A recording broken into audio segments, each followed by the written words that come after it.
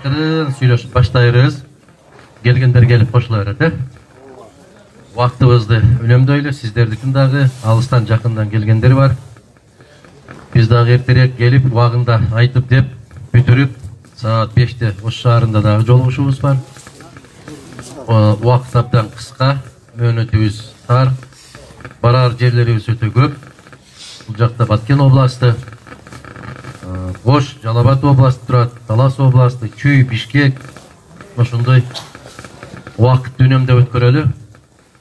Мендеки биринчи айтар каалоом ушул. Ыраазычылык билдирип коеюн. Өткөн парламенттик шайлоодо ошол биздин чоңалай ар кандай азгырыктарга карабастан бүтүн Кыргызстан партиясын аябай чоң күч менен колдоп бердиңиздер. Биринчи кезекте ошол саламдашуудан кийин эле сиздерге терең ыраазычылык билдирип, рахмат айтып коеюн деп атам, таазим этем. Себеп биздин жүрөгүбүз дайым бирге каккан, бирге согуп келген, бир багытта болгонбуз.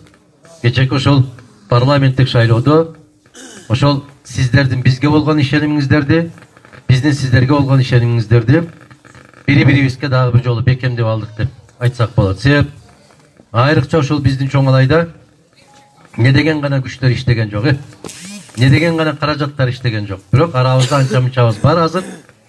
Турабыз. Башка мындай бир кызыкчылыктарга кетип калгандарыбыз дагы бар. Бирок эч нерсе эмес. Эч нерсе эмес, жаңылып барып, чалынып барып, туруп кеткен дагы жакшы болот. Такыр турбай калгандан караганда бираз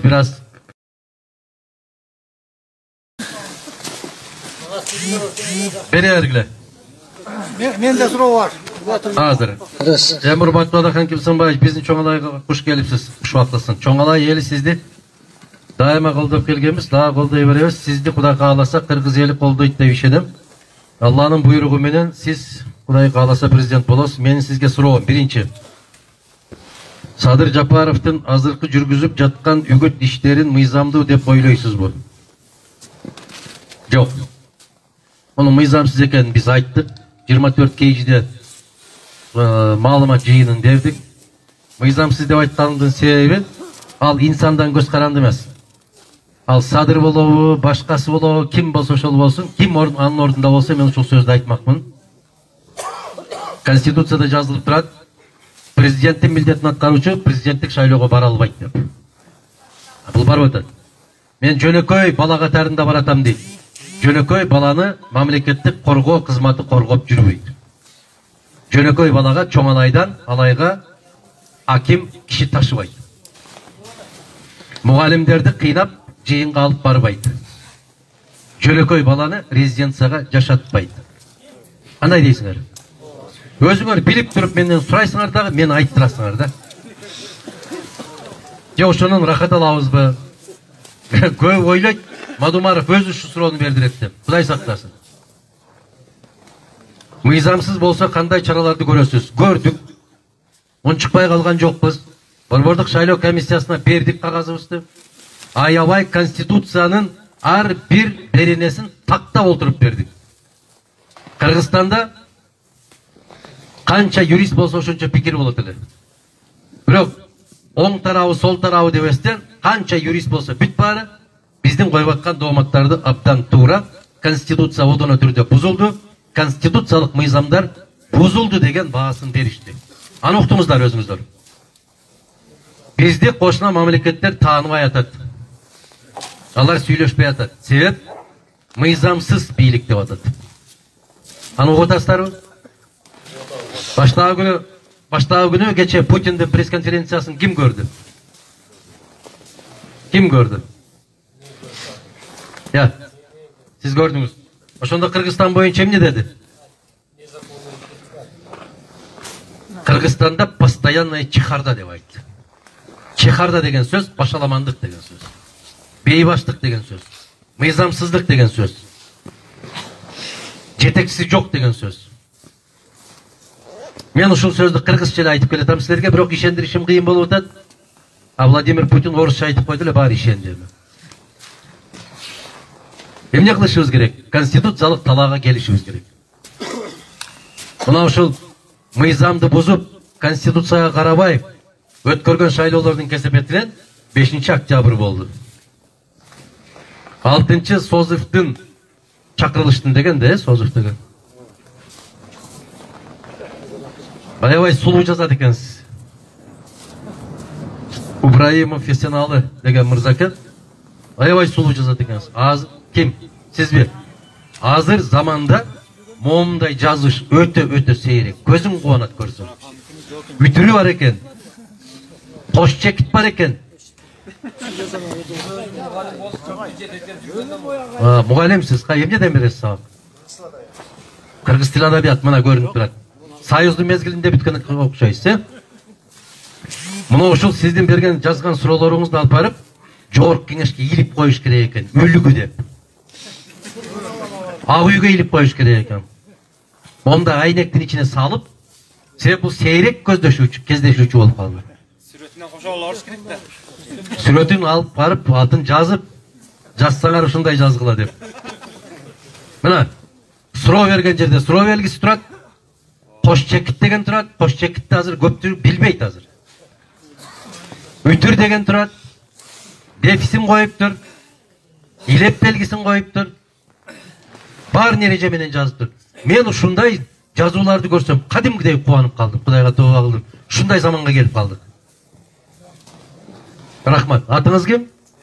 Эсеналы. Мына жерде жазат. Бар болуңуз, агай. Аман болуңуз. Сиз окутуп аткан мугалимде окуучулардын дагы бактысы бар. Бирок бир катасы бар экен, созывтан деп коюпсуз да. Чакырылыштын деп жазыш керек да. Бул сабаттуулуктун белгиси. Рахмат. Ошол 6-чакырылыштын депутаттары парламентте отурбай эле ар райондордо, облустарда садырга координатор болуп иштеп жатат. Ушуну мыйзамдуу деп ойлойсуз, бу сизди терең урматтоо менен Ибраимов Фесеналы дейт. Эми ошол садырга координатор болуп иштеп аткан депутаттар мындан 2 ай башта ким деп чуркап жүрүштү эле ушул жерде? Биримдик деп, мекеним Кыргызстан деп кыйкырып жүргөндөр замат токтоду дагы бул жака бурулуп алып кетти. Аларга баары бир. Жугунду ичеби, аталай ичеби, кебек пиширип береби, эмне кылса берсин болду. Эптеп эле бир жугунду берсе болду аларга. Эч айырма жок. Итти дагы бир үйдөн экинчи үйгө алып барып койсоң үйрөнбөйт. Бошонгондо качып келет. Малды дагы сатсаң, жибин үзүп болсо өзүнүн үйүнө келет. Буларга баары бир малдан бешпеттер. Жигиттер бияка иштейбиз деди, кетти ошол жака. Туруп жигиттер адаштырбыз десе, сүрүлүп кеткендей болуп тез токтойт дагы, артка кайт десе бурулуп алып бул жака кете берет. Адам ошолор, айткылачы өзүңөр. Мына өзүңөр бири-бириңиздерден жылкы аласыңар, ат алып ат сатасыңар. Айланайын ошол атты үйгө үйрөткөнчө канча өтөт? Ошонуп кетсе каяка барасыңар? Түп түз ээсинин үйүнө барасыңар, издеп. Бирок биздин депутаттар андай эмес. Ким ошол жерге келип калган болсо, келип калса эмес, келет имиш дегенин эле билсе болду, бүттү. Кече Куршатта бир киши мындай дейт. Менин досторум дейт, классташтарым дейт. Кече эле ушул биримдик деп кыйкырып жүргөндөр дейт. Бүгүн ошол Жапаров деп бурулуп калган экен, айланайындар дедим дейт. Көйнөктү дагы 1 сезон кийгилечи дедим дейт. 1 сезон. Өтө элек 40 күн. Десем дейт, ал достор дейт, каткырып күлүп, биздики дейт, топчусу жок. Баяк халат дейт. Жүгүрүп кетип барып чечип коюп, башкасын кийип алып кете беребиз деп күлөт дейт. Мына биздин намысыбыз. Мына биздин абийирибиз. Мына биздин кадыр баркыбыз. Эми токтонолу. Эми токтонбосок, андан ары карай көрүп атасыздар, күндөн күнгө бешбетер. Мына, могун ар жагында кайсы мамлекет турат? Тажикстан турат. Кече мына 2000-жылдарында ушул мамлекет жападан жалгыз ушул жол аркылуу гана сакталып калды эле. Эсиңиздерде барбы? Ушул жол гана сактап калган. Имамали Шарифович айткан. Kırgızlarga taazim etip başıyım. Sizler bizdi el katarında, sizler bizdi mamleket katarında saktap kaldыңыздар деп айтқан. Есіңіздерде бар ма ақсақалдар? Мына ошол согуш болгон, аябай каттуу жабыр тарткан мамлекеттин ички түң продукциясы бүгүн Кыргызстандан 2 есе көп. Неге? Себеп күчтүү мамлекет башчысы келди, башкарып атат. Адилеттик менен башкарып атат. Иш билармандык менен башкарып атат. Арасында бар нааразы болгондор. Бирок түптүү эл катарында ошол жерде мамлекет катары көтөрүлүп атат. Биз эмне болуп атабыз? Жылдан жылга, айдан айга артка кеткенден катар артка кетип атабыз. Себеби эмнеде? Себеп жетекчилерде деп айтасыңар. Жетекчилерде эмес. Себеп дал ушул жерде. Биздин ичибизде, биздин арабызда. Эмнеге? Биринчиден, мүмкүн пейилибиз начар. Ниетибиз бир аз бузук. Чоңалайды айтып аткан жокмун, Кыргызстанды айтып аткам да. Жок десеңиздер айткыла. Андай эмес бизде. Биз жаман жолго түшүп алдык. Аксакалыбызды да сыйлабайбыз, аялдарды да сыйлабайбыз, жаштарды да сыйлабайбыз. Бизге эч ким эмес. Же дин деп динге баш ийбейбиз, же мыйзам деп мыйзамга баш ийбейбиз, же аксакал деп аксакалга баш ийбейбиз, же дос деп достун айтканына көнбөйбүз. Кандай дейсиз? Туурабы? Миң жолу рахмат сиздерге. Мына ушул суроого туура деп жооп бергениңиздердин өзү мага аябай чоң үмүт жандырат. Себеп биз катабызды сезип атабыз. Биз өтө көп каталарды кетирдик. Кайсы учурда?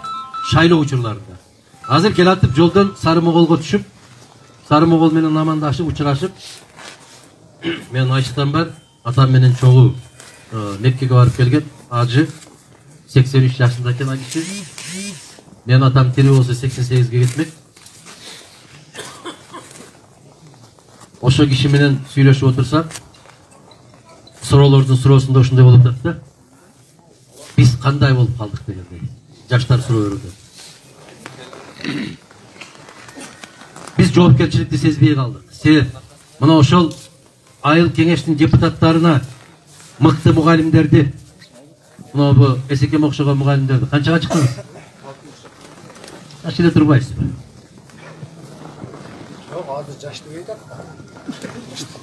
Азыр жаш дебей атасыңар. Силер жаш дебей атасыңар 60ка чыкканда. Көрөм эртең 60ка чыкканыңарды. Эми жашоо башталат. Ак менен караны эми ажыратып баштады агай, туурабы? Буга чейин жүргөн көп нерсени билбей. Аттиң ошол жашымдагы акылым азыр болсо деп, ошондой аттиңдер көп болот экен, жыл өткөн сайын. Бул жигиттин айтканына да азыр жаш дебей калды дегендей, азыр жаштарда бир нерсе чыкты, уран чыкты. Жаштар келсин деген, Атан кетсин, жаш келсин. Мен өткөндө суроо бериш эле ушундай деп бир журналисттерге айттым. Үйгө барып атаң менен энеңди кууп чыгый деп. Алар эски. Жаш ата эне таап ал. Алар да кетсин, эмнеге? 60ка 70ке чыккандан кийин эмне кереги бар ата эненин? Ошол сыяктуу баягы тажрыйбалуу агайларды, мугалим эжекелерди, дарыгерлерди, сабаттуу инсандарды жыйнабай, шайлабай, кимдерди шайлайбыз? Ким козу союп берсе, ким тамак аш берсе, барекелде мына ушу улак тартып жүрүп улактын аркасынан жок болуп атабыз. Улак тартырып берсе, топ чаптырып берсе, мына ушуларды шайлап атабыз. Эгер Сары Моголдо сабаттуу депутаттар болсо, айылдык кеңештин чечимин чыгарып, сессиясын өткөрүп, өкмөткө жибериңкиле дедим мен. Биз Сары Могол айыл өкмөтү катарында Алай районуна эмес, бизге жакын турган Чоңалай районуна киргибиз келет деген чечим чыгарса, муну эч ким токтото албайт. Бириккен Улуттар Уюмунун баш катчысы да токтото албайт. Биз укугубузду билбей атабыз. Биз күчүбүздү сезбей атабыз. Не себептен? Ошол укукту окуп түшүнбөгөндүктөн да. Кандай дейсиз ага? Мына мектептин мугалимдери коркуп кетти, азыр күлчөгө кетти дейт. Директор айтты дейт. Егер мектептин мугалимдери топтолуп ушул деректер бизди мыйзамсыз иш аракеттерге кыйнап атат, биз баргыбыз келбеген чогулушка жыйнап атат деп районго жазып, же деректерди алмаштырасын, же биз баарыбыз мектепти токтотобуз десе, районуң жүгүрүп келип өз мектебин ачып берет. Укугуңду колдонбой атасың да, кыргыз. Укук бар да. Ошону эсептеше албай атабыз да биз өзүбүз. Ошол Сары Могол айылында Кыргызстанда жападан жалгыз айыл болсо керек. Үлүшүн ушул мезгилге чейин ала элек. Аны дагы айылдык кеңеш жыйналыш керек да. Топтолуп туруп жер кодексинин 8-чи беренесине таянып мен айтып бердим. Ушул жерлерди өзүңүздөр алып иштетсеңиздер болот да. Аны үчүн эмне болуш керек? Айылдык кеңешке мыкты жигиттерди, кыздарды шайлашыбыз керек. Сабаттуу. Мына Эсен агайга окшогон агайларды. Булардын чөнтөгүндө эч нерсе жок. Айлык менен жашайт. Бирок ушулардын эмгеги, ушулардын пайдасы сиздерге 1000 эсе улак чаптыргандардан көбүрөөк тиет го айлана Эсен ага. Bir жерибиз ооруса ушуларга кайрылмакпыз го. Sen менин депутатымсың, ушу маселени кандай чечесиң деп. Кандай дейсиздер? Эми ушуга келишибиз керек. Ушуга барышыбыз керек. Токтонушубуз керек. Эгер мен президент болуп, жараткандын буйругу менен, калың элдин каалоосу менен, колдоосу менен болуп калсам, мен ушул нерселерди узак мөөнөткө чейин созбойм. Эмнеге? Бизде шайлоо деген маселени токтотом. Жарашпайт экен. Болбойт шайлоо. Айыл өкмөттү шайлабайбыз. Айыл өкмөттү дайындайбыз. Райондун акимин дайындайбыз. Дайындап атканда мен жеке керт башым менен жоопкерчилигимди көтөрөм. Мына Эшматты алып келдим. Чоңалайга аким болот. 3 жылдын ичинде ушул иштерди даярдайт. Ушул ишке ашырат. Бардык районун аймагындагы жетекчилер баш ийесиңер. Каккан казыктай тартып орнойт деп мен сиздерге көрсөтүп кетем. Кандай дейсиңер деп келип сурабайм мен силерден. Десем бул абам айтат, о ташмак дурусураак эле деп. Анан бул ийжем айтат, о Мамат түзүк го деп. Канча эл болсо ошончо пикир болот.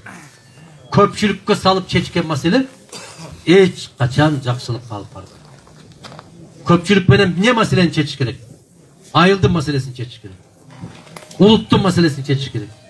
Мамлекеттик маселени бир киши чечиш керек, жоопкерчиликти алыш керек. Бул үй бүлө. Мына атасы бүгүн айтып атат да, базар болуп атпайбы, туурабы? Баласын чакырып алып, мына токтун алып барып сатып кел десе, энеси туруп алса короогун ачпайт. Бул токту мага керек деп.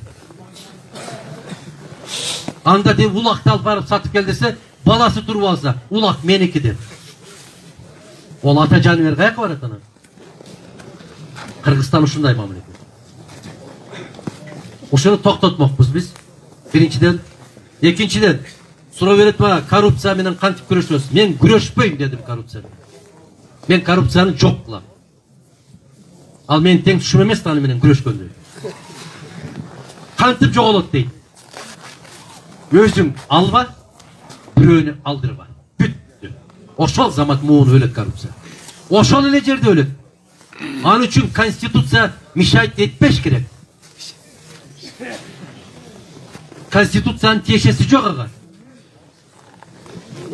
Мыйзамдардын дагы тиешеси жок.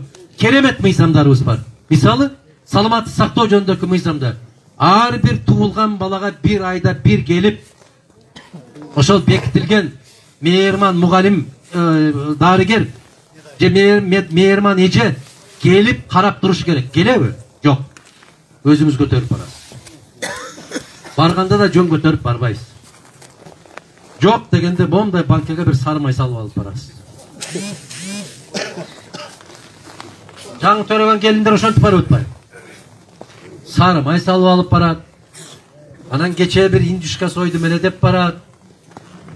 Ушунун баарын жашап аткан өзүбүз айтып койгон Мадумаров жаман. Мугалимдер, ушул айылдын интеллигенттери, дарыгерлер айылдын интеллигенттери, Sizler dagы бекем болушуңуздар керек да. Ким айтса ошону жасай бербешибиз керек. Эгер мен буйруп президент болуп калсам, мына ошол депутаттардын бардык баягындай ыйгары муктарын карап чыкмакпыз. Айтып атпайсыздарбы? Ошол ар бир айылга келип иштеп аткан депутаттарга кандай карайсыз деп. Ошондойго барбаган, канча каражат десе дагы ошого азгырылбаган адамдарды сиздер тандап алсаңыздар керек. Чыныгы таза шайлоо өткөрмөкпүз. Эмне үчүн? Кантип жетишсе болот? 2000-жылга чейин мыйзамда ушундай эле. Азыр деле мыйзамда ушундай, бирок мыйзам иштебейт. Эгер бирөө акча берип сатып алып атканын көрсөң, ошол замат кандидаттыгынан токтотуп сотточу. Соттолуп кетчү. Эгер бирөө акчасын алып атканын көрүп калса, ошол акча алып аткандыгында кармап, ошол замат соттолчу. Азыр илгери бекитип берчүлөр, мына абаларын билет аксакалдар. Түн жамынып, түлкүдөй болуп келет деп үймөр, кандидаттар. Анан өзүбүзгө караштууларды чакырып койгула деп, светти өчүрүп алып отуруп сүйлөшүшөт да булар. Бирөө көрүп калбасын деп. Азыр ачык ярмарка. Канчадан берет экен? Ошол мамлекет. Биз ушуну карашыбыз керек. Чоңалай маселеси боюнча, жер маселеси боюнча, чегара маселеси боюнча, социалдык колдоо, жөлөк пул маселеси боюнча мен өзгөчө программаларым бар. Чегарада жайгашкан, аймактагы жайгашкан айыл кыштактар боюнча мыйзам бар. Алардын жеңилдиктери бар. Турмуш шарты оор, жаратылыш шарты оор аймактар боюнча мыйзамдар бар. Союздун мезгилинде ошону менен колдонот элек. Кийин колдонбой калдык. Мен ошолордун баарын кайрадан ордуна коймокмун. Кудай кааласа ошол күндөргө жетсек, мунун баары кайрылып келе турган иш.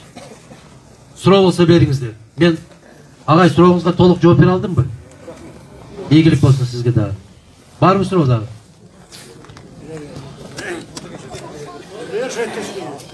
Assalamu alaikum. Жакыныраак карма. Чоңалай жергесиңе куш келипсиз. Жакын карма. Мына ушундай муздак оппак климат менен сиз тосуп алдык. Бүгүн асман ачык.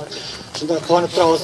Мына кыргыздын жагы уулдары келип атат. Мына биринчи уулу ушул 3 киши келди мына. Кандай сүйүнүп атабыз. Сиз азыр Мусапыр абалдасыз. Бизге эмне кааласаңыз, Алла Таала Мусапырдын дуасын кабыл кылам дейт. Бизге өзүңүз дуаңызды берекет этсиз. Биздин проблемаларыбыз азыр бардыгын айттыңыз. Биринчиден Аллага мактоолор болсун, пайгамбарыма саламдар, салаваттар болсун. Пайгамбарымдын алардын өмүр баянын окуп калдым. Ошо Hazreti Umar халифа болду дейт. Ошол тушта Химис деген шаар бар экен. Химис шаарында бир айда эле кууп чыгат экен, акимини, губернаторун биз чеккенде. Ушинтип ар бир айда губернатор куулуп жатты да, биз ошого кууп атабыз падышаларды. Мына ошондо Умар бийликтеген халифа Uzayr kel dedi. Uzayr men demede жүрөм dedi cihatta.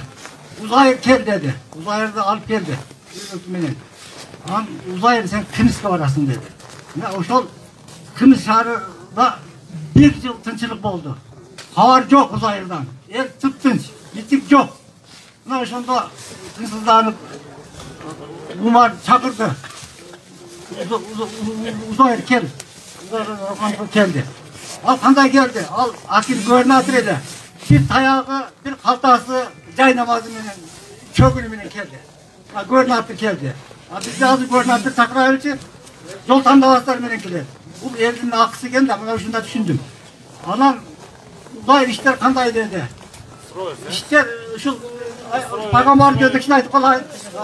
Ayağı çıkaran arası olur var. Ana şunda el çakır iken dedi. Ошол түшкөн налогду бардыгын ошол муктаждарга берип жаттым деди. Мына ошондуктан биз ушундай тынчылык болду. Эми мен каарыдым деди. Hazreti Umarга мени чектер жерлер, кемпири менен ошол жерде жашайын деди. Мына ошондо жок, сен дагы Кымиске барасың деди. Ал макул болду, себеби ден соолугум байланыштуу деди. Мына ошондо кайра кайтканда ошо жер берейин деп жерлерди тартайып түзүп bir nevesini yönetti canım. Cadapçıga alır. Bir kalta altın bir yönetti. Yüge vardı. 3 gün durasın dedi. 3 günden keyin ahvalga karab iş kılasın. Bize veresin keçiresin dedi. Bir günde bir nan koydu. Bir dal arpandan dedi. İkinci gün yarısından koydu. Üçüncü gün komşular kavarsa dedi. Komşular işte bugün benim evimde oğlum dedi. Benim evimde oğlum degende bayağı yönetilen adam altında aldan koydu. Umayra etti. Ben muhtaç emesmin dedi. Muhtaç emesmin dedi. Sonunda kempiri yakınlar böyle alıverin dedi. O sonunda taşlar çıkıp kesti. Kayra çakırtıp durup bir tövbe tamam ağaç iki köyüne koydu kempiriye.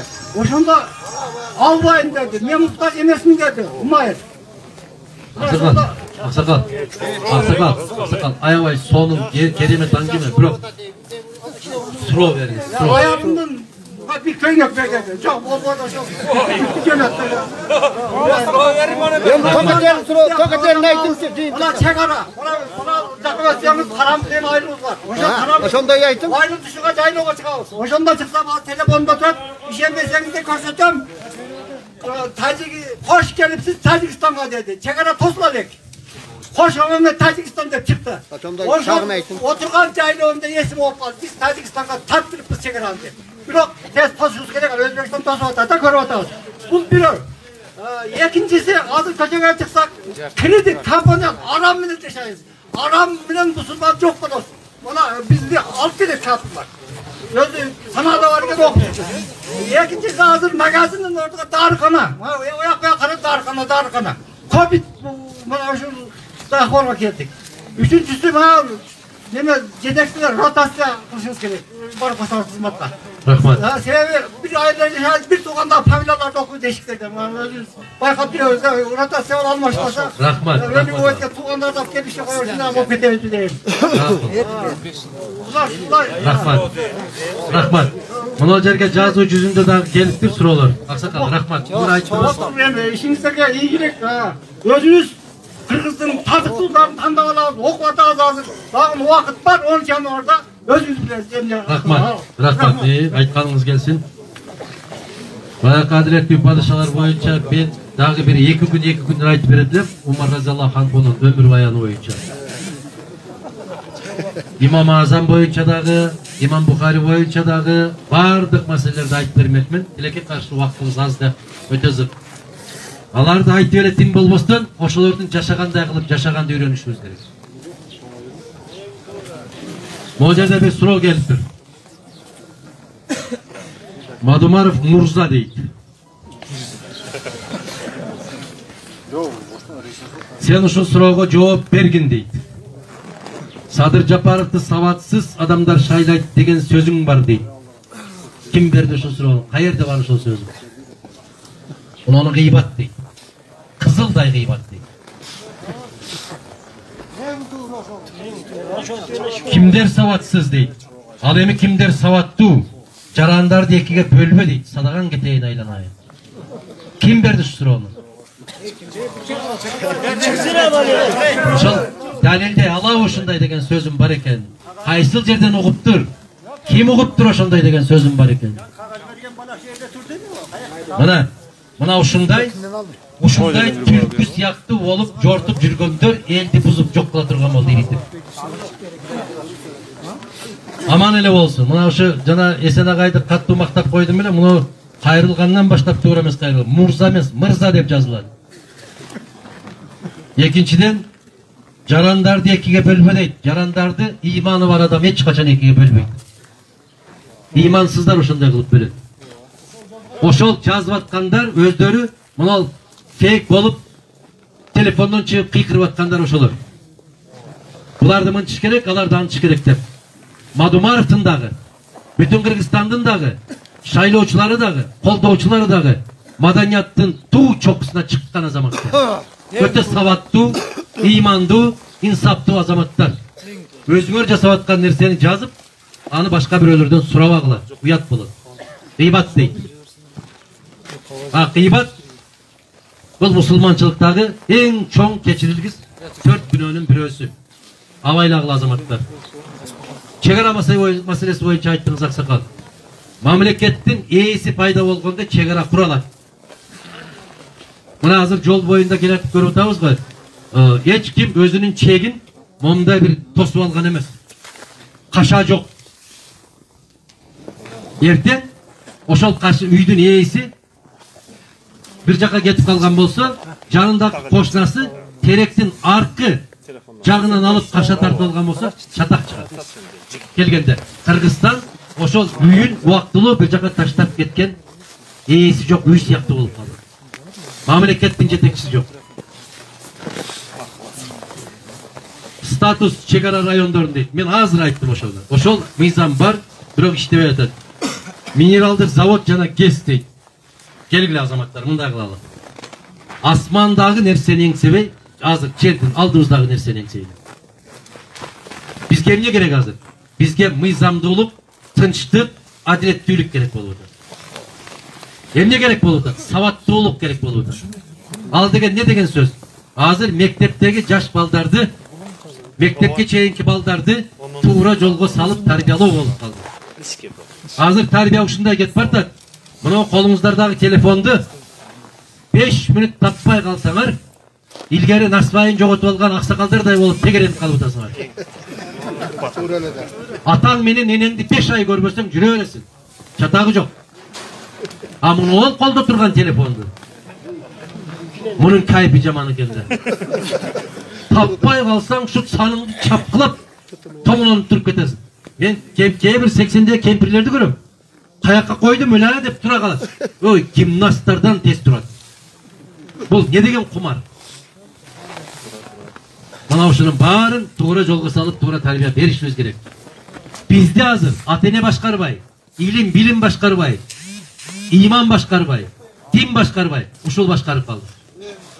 Себеп маалыматтын барын ушул жерден алып атасыңар барын. Мунун бары ичиндекисин барын бүтүндөй жалгаз.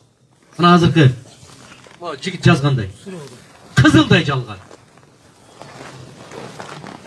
Кээ бир учурларда ушу өзүңдү өзүң окуп атып, өзүң ишенип кеткидей болуп атасың. Мына мен айтып атат жана жазып атат. Ысык көлгө киргизбей койду. Анан мен ойлонуп калдым. Ысык көлгө бардымбы мен? Барган жокмун го. Мени менен чогуу жүргөн азаматтар да ишенип калышы мүмкүн да, бизге айтпай кеткен болушу мүмкүн.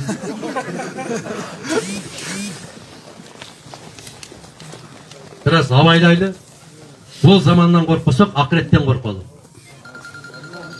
Кадр маселесине кандай карайсыз дейт? Кадр маселеси бизде жок. Кадр маселеси бул тууган урук, жора жолдош, мактамай, жактамай, куда сөөп. Кече чоп тополоң болуп атат, жанагы Рахман Разыков деген кудалар жөнүндө айтып койгон экен, эми урду сөктүгө калып атат. Аны Рахман Разыков айткан жок да, тиги киши таласта жооп берип атып айтып турган. Мен го карабайм андай нерсе. Туурабы? Азыр кимдерди коюп атат? Жалаң же өкүл бала болуш керек экен? Же куда болуш керек экен? Жалалабадтын баарын ушул өкүл балдар басып кетти дешип атат. Үч коргон, Дароот коргон жолу 50 километрдей. Айыл чарба кредитти, айыл чарба кредиттик кайтарууга дейт. Эми кредит алганда ойлонолу. Неге алып атабыз? Кантип алып атабыз? Кантип төлөйбүз? Той өткөрүү үчүн кредит алып күйгөндөрдү көп көрдүм мен. Ойлойт экен да, тойго түшкөндөн кутулуп коём деп. Азыр андай түшпөйт. Тойго чакырсаң сүйүнүп барбайт. Сөгүнүп кагынып барат. Бирок эл көзүнө деп бир конверт салып коет экен. Ичи бош экен да. Ошентип кредит алгандарды көйдүрүп атат. Баягыдай болуп түшпөйт азыр. Ошон үчүн тойдорду дагы кичине караштыралы, дагы тойдон баш тарталы. Мына ушул атың өчкөр барекет оору келгенде үйлөнбөй эле койду, мындай той өткөрбөй эле койду го, үйлөнүүнү токтоткон жок го, туурабы? Ошентип той өткөрсөк болот экен го, үйлөп койсок болот экен го. Ошону улабайлыбы кайра? 800дөн киши чакырып той бергенди токтотушубуз керек. 94-жылы төрөлгөн боюнча үлүш дейт, ал берилбейт, болду, бүттү. Аны кайра көтөрө бериш кереги жок. Райондук ички инвесторлор дейт. Райондук ички инвесторлор эмес. Сыртқы инвесторду табабыз дейт. Алар да келбейт. Тартип болбогон жерге, мыйзам иштебеген жерге алар келбейт. Алар кандай жерге келет? Мисалы да, мындай эле элестетсеңиздер, сиз колуңузда бар инсансыз. Сизден карыз сурап келишет. Сиз ошо келген кишинин кебетесине карап туруп бересиз карызды. Кайтарып бере алабы, жокпу? Туурабы? Өзүңдүн бир тууганың дагы карыз алып келет дагы, 2 жумадан кийин берем дейт, бербейт, билет, бербейт. Күздө мал түшкөнчө алсаң албайсың анда дагы. Сен 2 коюңду карышкыр жеп кеткен болот, тайыңды карышкыр жарып кетти, ыйлап алдың да турат. Шунчалык бооруң ооругандан кайра өзүң ага карыз бергиң келип кетет. Бербейт карызды, бербейт, айланайын, эч ким карыз бербейт. Кайтарып бериш деген оор маселе. Сен кийин аны алыш үчүн өзүң суранасың да кайра барып, жалдырайсың. Жана бир куудулдардын интермедиясы бар эле. Бирөөдөн карыз алып, бербей жүрөт экен, бара берип уялат экен карыз алып берген киши. Анан айтат экен да, айланайын, болду, макул, 10 миң алдым эле, жок дегенде 8 миң берчи деп. Десе, кое туруңуз, ушунча күтө туруңуз деп. Экинчи айда барып, айтып бир дейт, түтөп кеткенден, мейли, 8 миң болбосо дагы эптеп, 6 миң болсо дагы берчи дейт экен да. Жок, бере албайм, дагы 1 ай күтүп тур дейт. 3-чү ай өткөндө барып, айланайын, жок дегенде 5 миң берчи десе, жок, бере албайм. Кандай адамсыңсыз? Шашпай турбайсызбы, акырын кутулуп келет атпайбы дейт экен.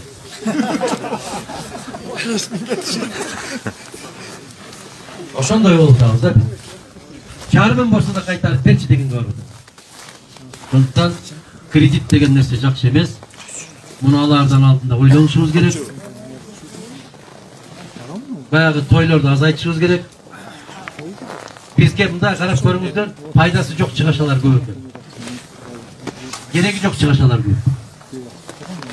Ошолор токтотот. Суроо барбы? Кимде? Кеп. 50 километр экен дедим, мен жана айттым. Мамлекет өзүнүн бутуна турганда муну бөлүп карабайт. Суусу, отуну, башкасы, жолу, мектеби же ооруканасы деп бөлбөйт. Баары тегиз бүтөт. Мына Өзбекстанды көрдүңүздөр, Мирзиёев деген азамат. Манас айылы деген айыл бар экен, кыргыздар жашаган.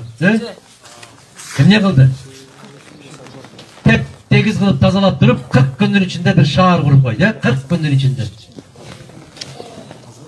А биздикилер айтып, биз кече эле келдик, эми там-туң баскан балабыз.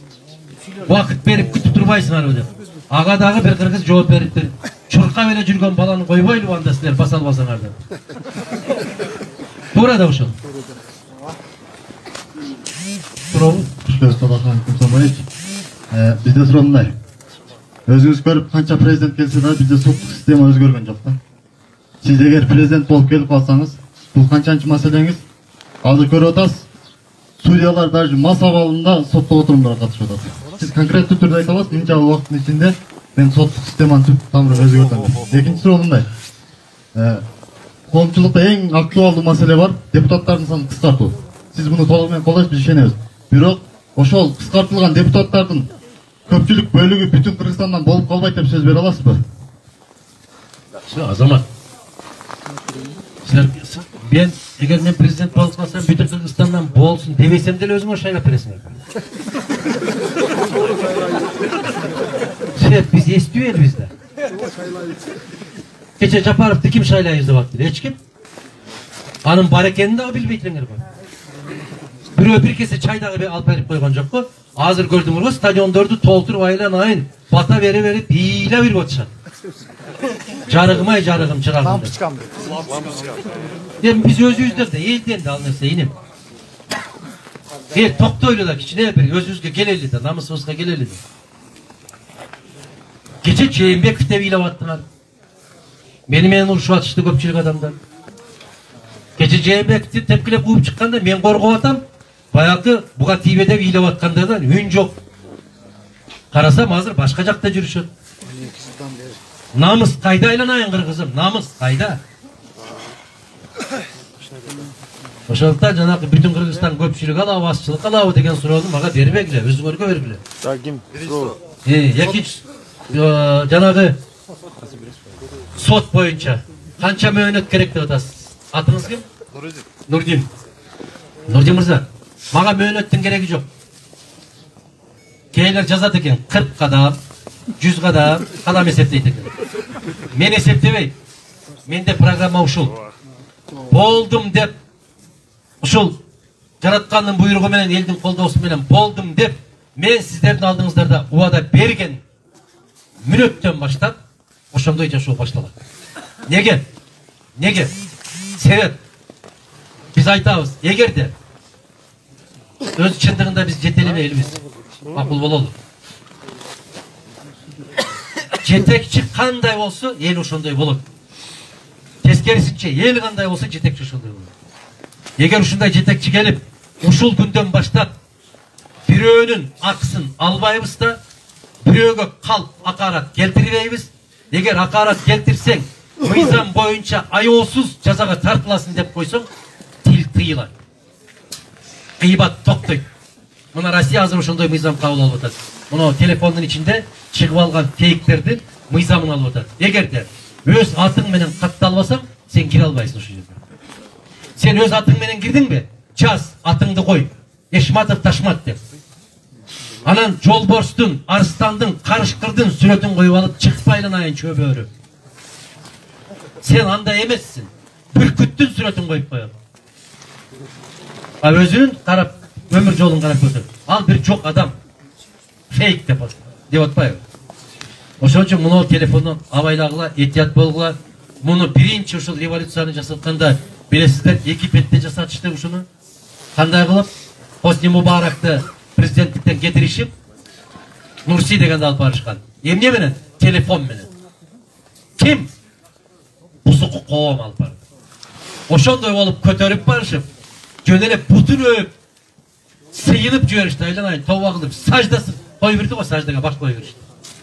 Bir жылга жеткирбестен өздөрү кайра кууп ошол жерден айдап түштү. Неге? Адашты. Неге адашты? Мына ушул балекат адашты. Бекеринен айтпайт. Буюлдук телефон чыккандан бери шайтандар жумушсуз калды деп. Себеби ошо шайтандын ишин ушул телефондор жасап атат. Аяктан, бияктан чыга калып. Ошону токтотолу деп атабыз. Буюрса ушундай мыйзам кабыл алынышы керек. Ар бир инсан өзүнүн сүйлөгөн сөзүнө жоопкерчилик тартыш керек. Эгер Гезитке bir makala çıktı. Misal Çoğalay rayonunun hakimin kаттуу сындап makala çıktı. Men mamlekettin жетекчиси катарында акыретте жоопкерчилик тартам ошол үчүн. Антип, эгер мен ошого маани бербей койсом, мен ушул жакка киши жиберишим керек. Гезитте чыккан макала чындык болсо, аким өтө каттуу жазасын алыш керек. Гезитте чыккан макала жалган болсо, ошону жазган адам жазасын алыш керек. Ансыз тартип болбойт бизде.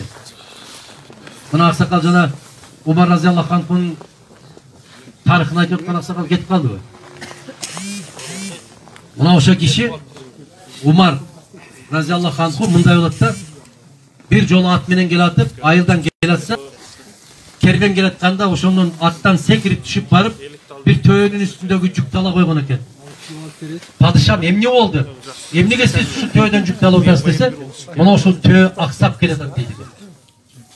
Аксап келатса эмне болду десе, сенин мамлекетиңде ушул төө аксап келатканын көрүп, ушунун ишин жеңилдетпей койгонум үчүн жоопкерчилик тартам мен Аллахтын алдында деп коркот экен. Төөнүн жоопкерчилиги, адамдын эмес. Падыша деген ушундай болуу керек. Адилеттүүлүк деген ушундай орношу керек. Мен мындай мисалдарды көп эле айтып жүрөм. Бул жерге келесиздер, АКМ пресс дегенди бассаңыздар, ачык калыс маалымат пресс деген. Ошол жерде менин сүйлөгөн сөздөрүмдүн баары бар. Угасыздар, жыйынтыкты өзүңүздөр чыгарасыздар. Мен бир да жерде мени шайлагыла деп келип аткан жокмун. Таразага салгыла, өзүңөр тандап алгыла деп атам. Тандаш сиздердин колуңузда бар. Тандоо дагы жараткандан берилген чоң бир мындай бир кандай десем, аманат. Ушул аманатка кыянаттык кылбаңыздар деп атам. Тандоону мусулмандар баштаган. Bizde Peygamberimiz sallallahu aleyhi ve sellem ötörün aldığında kimdi görsetösüңөр degende köpçülüktü gana kıla деген. Bolmasa aytsa olmak da menin kaynatamdı dep. Ceküyo olamdı dep. Sebep Abu Bakir Sıddık kaynatası, Ali razıyallahu anhu kuyov olası. Eko'nun birini görsetösü керек эле. Özüңөр деген. Mına talaş tartış, oşondoy bolup doğuş berүү menен birinci halif Abu Bakir Sıddık razıyallahu anhu bolуп kaldı. Şaylooну musulmanдар баштаган туугандар. Адилеттүү шайлоо. А эгер ошол адилеттүү шайлоого doğuşumду билип туруп, бул чарабайт, бул ошол ишти көтөрө албайт, бирок мага пайдасы тийди деп ошону шайлап койсоң, Kur'an'da çalgan kübölük berүү деген түшүнүк бар. Бул татыксыз insanды татыктуу жерге көтөрүп коюш, бул жалган kübölük berүү деген сөз. Мына мугалимдер азыр. Аттестат жазасыңар. Койчу эми, аяшы уулум экен, тагамдын кыз экен деп отуруп, 4кө билбеген кишиге 5 коюп бересиңер. Бул kübölük жазуу, аттестат жазуу, жалган kübölük берүүгө кирип калат экен. Күнөөсү өтө чоң экен. Чыдасыздарбы? Же болбосо, бирөө тай жетелеп барып, менин баламды аскерден куткарып койчу деп бир дарыгерге барса, ал аскерге жараксыз деп мөөр басып берет экен. Бул дагы жалган kübölük берүүгө кирет экен. Оор маселе. Кыйын маселе бул. Түшүндүрө алдымбы? Сот маселеси ушундай да илим. Егер падышаң түз болбосо, падышаң коркпосо, сотторуң да ошондой адилетсиз болуп кетет. Биз коркушубуз керек. Мына өмүр бир учуп өткөн куш. Бүгүн канчага келдиңиз сабасыз? 56? Экөөбүз курдаш экөөбүз. Мен бир 80ге барып калды деп атпаймынбы сизге? Şu ömrünüzde bunda elestetseniz bir көз ирмем, жашоо tez ötüp кетет. Ötө tez. Акыркы мүнөттөр калганда бүт кинопленка болуп өтөт экен да. Мен адал жашадымбы? Мен маңдайым саждага тийдиби? Мен ата-энемдин ыраазычылыгын ала алдымбы? Мен жараткандын ыраазычылыгын ала алдымбы? Аттың ошондогу көз жашың көлдөй төгүлүп турса дагы кайра кайтуу жок экен. Арман деген ошол. Ошон үчүн бүгүндөн баштап оңололу, тазаланалы, туура жолго түшөлү, жараткандан ошондой жакшы иштерге барышты сураналы. Туугандар, тазалык керек бизге, тазалык. Ол кайсы куштар?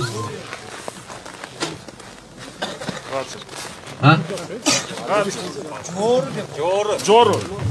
Жакшы. Суроо. Туш келипсиз Аллаган агай. Мен элди чакырып кетет элем. Эй, калайык калың эл, бирин калбай баарын кел. Адаган агабызды шайлайлычы, болу берет бизге бел. Эй, калайык калың журт, бирин калбай баарын ук. Адаган агайды шайлайлы, жүрөктөргө бек тутуп. Айлана жашайбыз дагы бир далай. Адаган агабызды шайлайлычы, башкасыны шайлабай. Рахмат. Рахмат. Урматтуу Адахан Кесомаев, Чоңала районунда кайды компания кытайлыктар дейт. Президент болсоңуз кандай жол менен иштейт? Мен дайым айтып келем, Кыргызстандын бир томолок ташы дагы бөтөн жака тийиштүү болбош керек.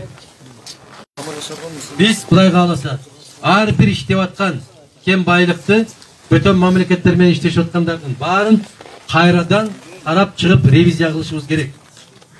Биз тең шерик формасында өтүшүбүз керек. Бул кандай болот? Эмне үчүн ушу кен байлык бар экен? Мына тоонун ичи бүтөндөй темир экен дейбиз дагы. Муну Кытайга бердик. Муну Канадага бердик. Муну дагы бирөөгө бердик. Жок. Бул жол кетпейт бизге. Биз айтабыз, ушул жерде мисалы 200 миллион тонна көмүр бар экен дейт, Ким казат? Чакырабыз. Шарттарын коебуз. 200 миллион көмүр болсо, 100 миллион биздики, 100 миллион сеники. Кен биздики, иштетиш сеники. Бирок кирешени тең бөлөбүз дейбиз. Болобу? Эмне үчүн болбосун?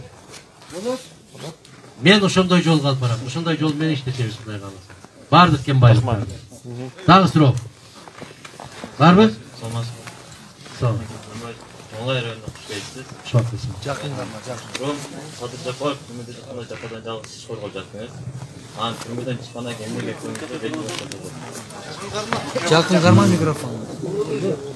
Жапаров түрмөдө жатканда сиз колдодуңуз дейт аябай. Азыр эмнеге эки жакка кеттиңер дейт. Мен ошол эле жол менен кетип бардым. Ошол эле жол менен кетип бардым. Бир гана нерсеси, ал иниме айттым, конституциялык жолго түш дедим. Мыйзамдуу жолго түш дедим. Эгер мыйзамдуу жолго түшсөң, кол кармашып чогуу кетебиз дедим. Жок, мыйзамсыз жолго түшсөң, анда жолубуз эки башка дедим. Мен айттым ага. Мен жана азыр айтып атпаймынбы? Өмүр тез өтүп кетет. Бул азгырык. Бийлик, байлык бул өтө жаман азгырык. Азгырылбаш керек, ага сабырдуулук керек. Бүтүндөй бардык нерсени коюп, мына менин кесиптештерим дагы, пикирлештерим дагы мен айтышат, акыркы кыргыз саясатындагы акыркы романтик сиз дейт. Абсамат Масалиевден кийинки сиз дейт. Мыйзам деп отуруп алган дейт. Мыйзам. Баары бир мыйзам. Канча жабыр тартсаң дагы мыйзамсыз аракет кылбашың керек. Себеп сурагы бар. Сурак болот. Эртеби кечпи болот. Эгер пенде сурай албаган болсо, тагдыр сурап коюп атат. Мыйзамды бузган биринчи президент, экинчи, үчүнчү, төртүнчүсү не болуп атат? Ошол сурак. Бул дүйнөдөгү сурак. Акыреттин дагы сурагы бар. Себеп падыша болуп барыш, президент болуп барыш, кыбыр эткен ар бириңиздердин жүгүңүздөрдү желкеге жүктөө деген сөз. Ал рахат эмес. Ал күндө баягы тай жеш эмес. Ал кымбат кийимдерди кийүү эмес. Кымбат машинада жүрүү эмес. Ал жоопкерчилик. Үйлөнүп атканда деле билип атаңарбы? Тилекке каршы кеч түшүнүп калып атабыз да. Сал эртерээк түшүнүш керек ошо. Ал дагы жоопкерчилик. Башта өзүң үчүн жооп берсең, кийин аялың үчүн жооп бересиң, балдарың үчүн жооп бересиң, небере үчүн жооп, бардыгына жооп бересиң. Үйлөндүңбү, бүттүң дейбер. Орустар айткандай пиши пропал дегендей. Жок. Өмүр бүттү да ошондо. Кандай дейсиз? Кандай дейсиз? Бирок өзүнө жараша рахат бар да. Мына ошол рахатты көрүш үчүн бардык жоопкерчиликти көтөрө билишибиз керек. Рахмат. Дагы суроо. Барбы? Азыр. Суроо жок болсо менин кааларым ушул сиздерге. Урматтуу агалар, апалар. Менин тагдырымды чечпеңиздер. Өз тагдырыңызды өзүңүз чечиңиз. Туура. Мен үчүн чуркабагыла. Өзүңөр үчүн чуркагыла. Ойлобогула Мадумар үчүн чуркап атабыз. Жок, айланайын. Ошол түшүнүктү мээбизге да көкүрөгүбүзгө да бекитип алалы. Менин тагдырымды жараткан Аллах чечет. Менин рызкымды жараткан берет. Туура. Мен 12 жыл жумушсуз жүрөм, ачка калган жокмун. Бирөөнүн эшигин барып каккылап, бир тууран нан сураган жокмун. Мени канчалаган кызматтарга чакырды, баш тарттым. Эмне үчүн? Себеп андай бийлик менен иштешким келбейт. Мына азыр иним бергендей, балам бергендей, эмне үчүн жолубуз ажырап кетти дегендей, мына конституцияда каттуу жазылып турат. Ушул иштерди жасаганга укугуң бар, бул ишти жасаганга укугуң жок деп. Укугуң жок деген жакка кеттиби, болду, токтотуш керек, аны менен бирге баспаш керек. Бизде шариатта айтат, арак ичкен харам дейт. Сен канчалык кучактаскан дос болсоң дагы, кел досум мен үчүн алып кой десе, алып койдуңбу, бүттү. Харам. Кандай дейсиң? Ооба.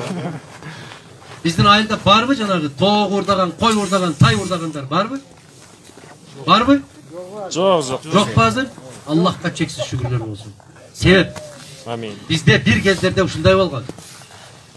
Жылкыларыбызды жай албай калганбыз. Койлорубузду кенен жайытка кой бере албай калганбыз. Туурабы? Мына ушул акырын барып, биздин көкүрөгүбүзгө ошондой бир ишенимдер пайда болуп, туура жолго салып, жараткан кидаят бергенден кийин биз коркут баштадык.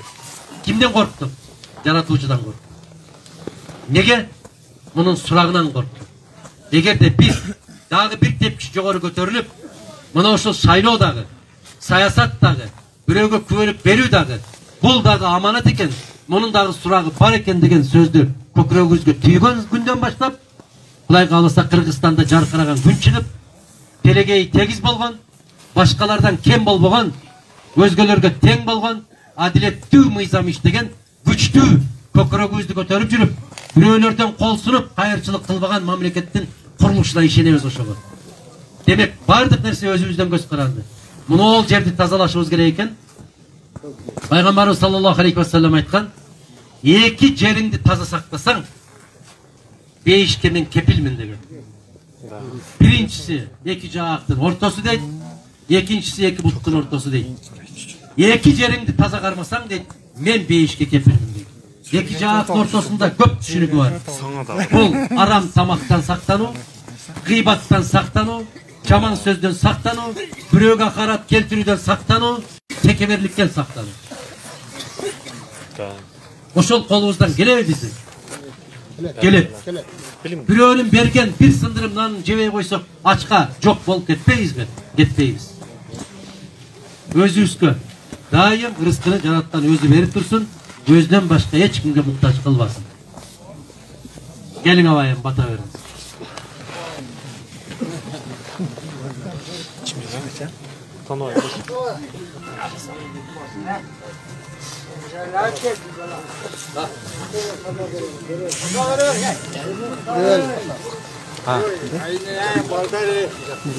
Aman çaylaylı.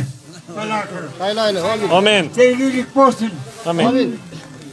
Nimesi ölsün. Ölsün. Amin. Şul baldarımı işlergilik olsun. El soluk olsun. El baldar şul çaylaylı. Çaylaylı olsun. Kançarsızdan beri prezident geldi. Cep keti otar. Kaç otar.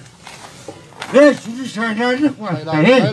Bütün iyilik olsun. El soluk olsun. Önüyor severiyle madım artını şiyem iyilik olsun. Aytkanыңыз келсин. Жакшылыктарда жолугушкан күндөрдү насип кылсын. Amin. Аманчылык болсун. Amin. Эмне болду?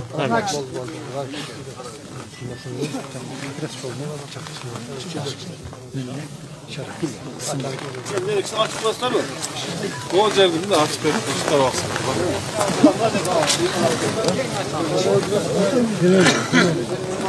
Bundan bile geç. Açtı bekler. Yol açık oluyor. Evet, yaxşı.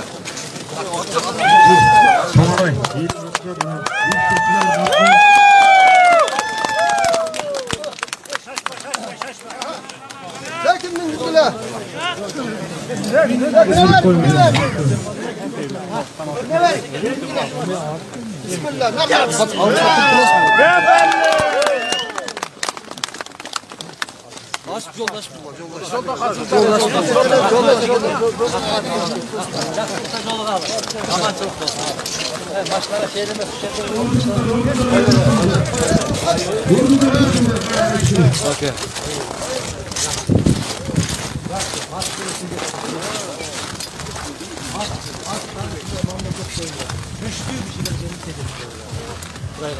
Rahmat.